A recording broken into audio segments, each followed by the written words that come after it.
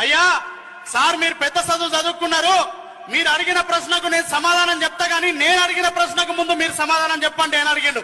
అడుగు బిడ్డ అని అంటే అడిగిండు. ఇడ నేను ఆపిన మందల ఎన్ని గొర్రెలు ఉన్నాయో లెక్క పెట్టి చెప్పురు సార్ అన్నాడు సింపుల్ గా.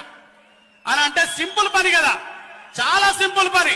వెనకాల ఉన్న గన్మెన్లను పంపించి వెనకాల ఉన్న పోలీసులను పంపించి టక టక టక టక టక టక టక టక లెక్క పెట్టించిండు. 300 లెక్క వచ్చింది, చెప్పేసిండు 300 ఉన్నాయి రేపు అని. పిల్లగాడు ఒప్పుకుంటలేడు, లేవు అన్నాడు. ఏయ్ నేను ఐఏఎస్ రా భయ్, పెద్ద చదువు చదువుకున్నా, బుడగోషి కానివి, నీకేం తెలుసు లెక్క అని మనం తిట్టిరు. లేదు సార్ నేను ఒప్పుకొని, నువ్వు కరెక్ట్ చెప్తేనే నువ్వు అడిగిన దానికి నేను సమాధానం చెప్తా అని అన్నాడు. లేవు 300 లేవు, కరెక్ట్ లెక్క పెట్ట అంటాడు. ఏ తమాషా చేస్తున్నావా అని అన్నాడు.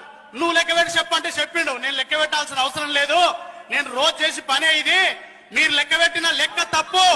ఇందులో మా ఆపిన మందలో 300 గొర్రెలు లేవు, 295 గొర్రెలున్నాయి.